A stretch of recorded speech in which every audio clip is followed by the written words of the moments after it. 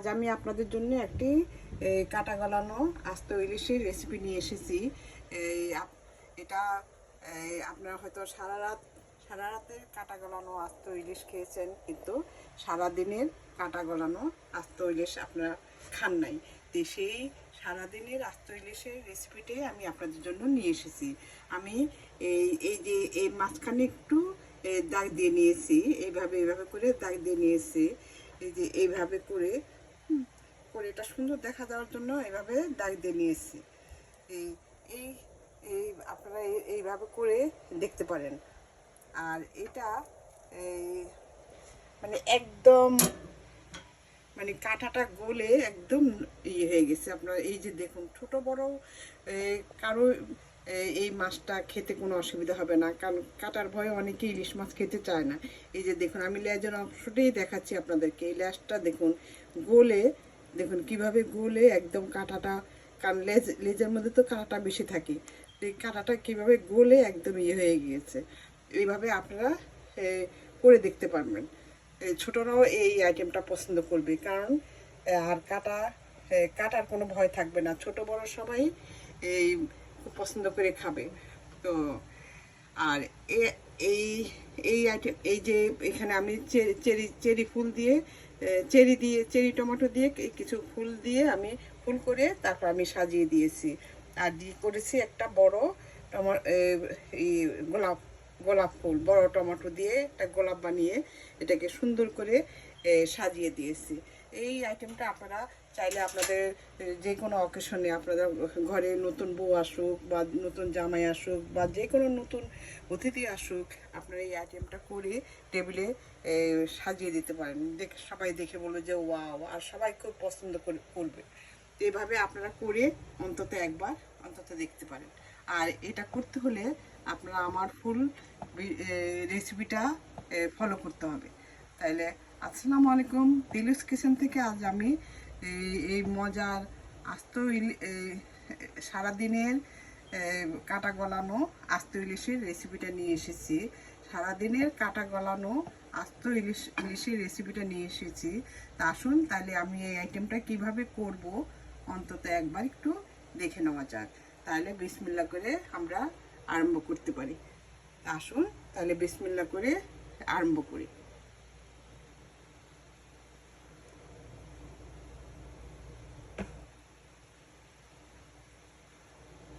অনেকে হয়তো সারা রাত আস্ত ইলিশ খেয়েছেন, কিন্তু সারাদিনের আস্ত ইলিশ কখনো খান নাই। তবে আজ আমি রান্না করব সারাদিনের আস্ত ইলিশ।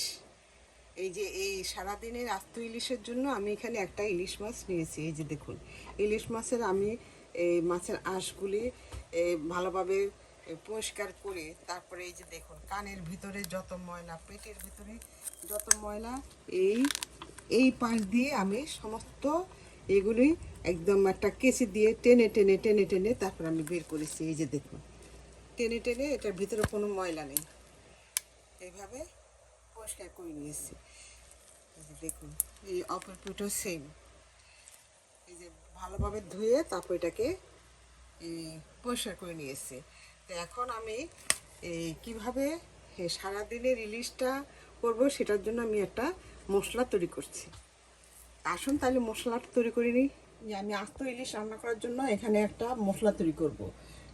প্রথমে আমি দিয়ে দিচ্ছি এই যে 2 টেবিল চামচ টক দই, আর দিব এখানে আদা রসুন মিলিয়ে একটা পেস্ট,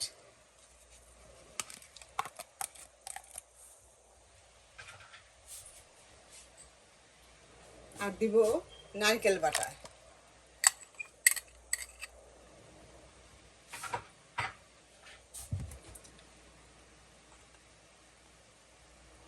আর দিব এই যে হাফ টেবিল চামচ এই যে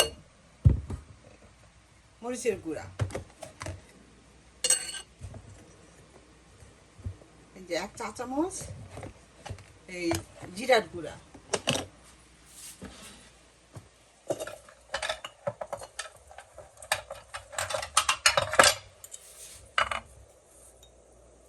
আর দিচ্ছি 1 চা চামচ ধনিয়ার গুঁড়া,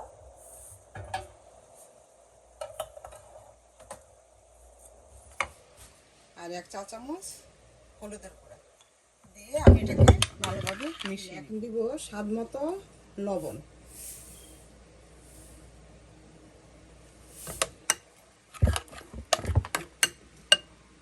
আর দিব এই 1 টেবিল চামচ পরিমাণ এই যে ভিনেগার। এটা অপশনাল, এটা আপনারা চাইলে এটা স্কিপ করতে পারেন। আর আমি সরিষার তেল দিব,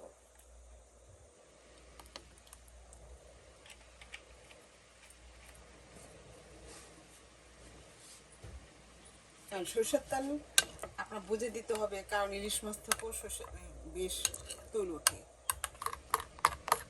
যেটাকে ভালোভাবে মিশিয়ে আমি আর একটু এই মরিচের গুঁড়া দিয়ে দিচ্ছি, আরও 1 চা চামচ পরিমাণ, কারণ একটু ঝাল ঝাল ঝাল লাগলে ভালো লাগবে। এই যে এটা এখন মশলাটাকে আমি ভালোভাবে মিশিয়ে নেব। আমি এই মাছটা নেওয়ার জন্য এরকম একটা বড় হাঁড়ি নিয়েছি, কারণ বড় হাঁড়ি ছাড়া এই আস্ত মাছটা নেওয়া যাবে না, তো সেই জন্য আমি একটা বড় হাঁড়ি নিয়েছি। নিয়ে এই যে মাছটা এইভাবে দেখুন একদম পুরোটা আস্ত মাছ কিভাবে এটা একদম পুরোপুরি এটা মধ্যে সেট হয়েছে। এরকম বড় একটা হাঁড়ি বা বড় একটা কিছুর মধ্যে এইভাবে মাছটা নিয়ে নেবেন। এই যে ঠিক মাছ বরাবর নিয়ে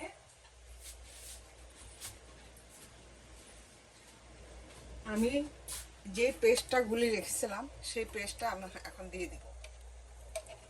দিয়ে এটার ভিতরে একদম ভালোভাবে যেন পেস্টটা হয়, ভিতরে যায়, সেই জন্য আমি এটাকে একদম ভালোভাবে মাখিয়ে নিব। এই যে একদম এই যে এই কানটার ভিতরে করে একটা চামচ দিয়ে ভিতরে একদম পেস্টটা আমি ঢুকিয়ে দিব, তাহলে কিন্তু খেতে ভালো লাগবে, ভিতর পর্যন্ত এই মশলাটা ঢুকবে। এইভাবে আপনারা এই সারাদিন ইলিশটা এইভাবে করে খেয়ে দেখতে পারেন, আপনাদের কাছে খুব ভালো লাগবে। আর এটা গলে মাছের কাঁটাটা পর্যন্ত গলে একদম নরম হয়ে যাবে, কোনো কাঁটাই থাকবে না। যে বাচ্চারা যে কাটার জন্য ভয়ে খায় না, এটার মধ্যে কিন্তু এই আস্ত ইলিশের মধ্যে সেই কাঁটাটা একদম গলে একদম মিশে যাবে। তো এইভাবে আপনারাও বানিয়ে খেতে পারেন। আমি সরষের তেল দিয়েছি, আপনারা সয়াবিন দিয়েও করতে পারেন, তবে তো সবচেয়ে ভালো হয় সরষের তেল দিয়ে করলেই বেশি ভালো হয়।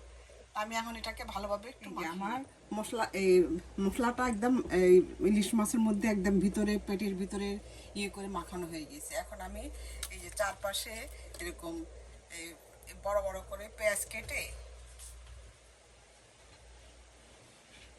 তারপর এই যে চারপাশে দিয়ে দিচ্ছি।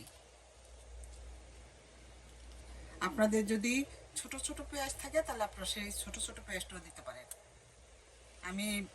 আমার কাছে ছোট ছোট পেঁয়াজ নাই, আমি বড় বড় পেঁয়াজটি আমি এইভাবে দিয়ে দিয়েছি।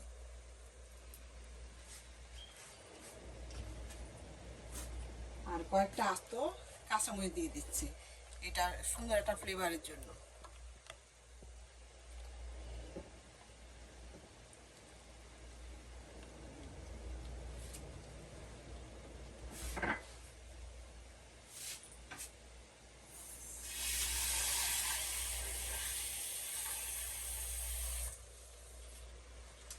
এখন এই যে আমি এই যে বাটিতে মশলাটা করেছি সেই বাটি দিয়ে 1 বাটি আমি পানি দিয়ে দিচ্ছি।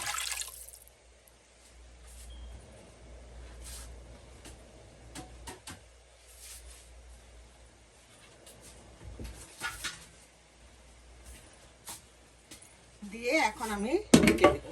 ঢেকে এই মাছটা আমি এখন চুলার হিটটা একটু প্রথমে একটু মিডিয়াম হিট থাকবে, তারপরে হিটটা কমিয়ে দিব। কমিয়ে দিয়ে একদম আজকে সারাদিন আমি এটাকে এইভাবে ভাপে রাখবো।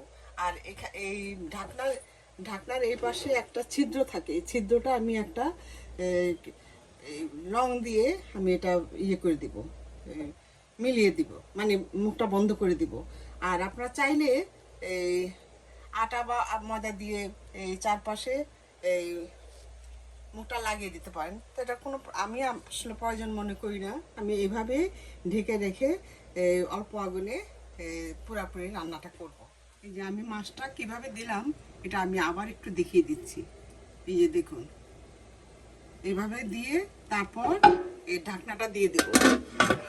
ঢাকনাটা দিয়ে এই যে এখানে একটা ছিদ্র আছে, ছিদ্রটা আমি একটা লং দিয়ে এই ছিদ্রটা বন্ধ, মুখটা বন্ধ করে দিব। দিয়ে এখন প্রথমে কিন্তু মিডিয়াম হিটে আমি এটাকে জাল দিব। তারপর যখন একটু ফুটে আসবে তখন আগুনটা একদম কমিয়ে দিব। কমিয়ে সারা দিন আমি এটাকে অল্প আগুনে সারা দিন ঘন্টা 8-10 ঘন্টা আমি এইভাবে ভাপে এটাকে রান্না করব, অল্প আগুনে রান্না করব। রান্না তারপর সারা দিনের পর মানে 8-9 ঘন্টা পর আমি আবার ফিরে আসবো, আপনাদেরকে দেখিয়ে দিব। আমার কাটা গলানো আস্ত ইলিশটা হয়ে গিয়েছে। আমি 8 ঘন্টা পর ফিরে আসছি। এই যে দেখুন, ওয়াও, যে কতটা সুন্দর এবং কতটা দেখতে কতটা লোভনীয়। এই দেখুন, এটা আমি চুলাটা নিভিয়ে দিচ্ছি। ঠান্ডা হলে পর তারপর আমি একটা ডিশে নিয়ে নিব,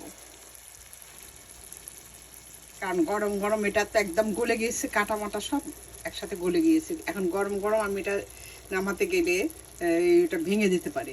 তো কাজে এটা যখন ঠান্ডা হবে, ঠান্ডা হলে পর আমি আস্তে করে একটা খুব সাবধানে ডিশের মধ্যে নিয়ে নিতে হবে। আমি এখন ঝোলটাকে জাল দিয়ে এটাকে একদম টানিয়ে নিব, কারণ তাহলে খেতে ভালো লাগবে, এই ঝোলটাও খেতে খুবই ভালো লাগবে। এই যে দেখুন, এভাবে আমি একদম শুকিয়ে নিব জাল দিতে দিতে।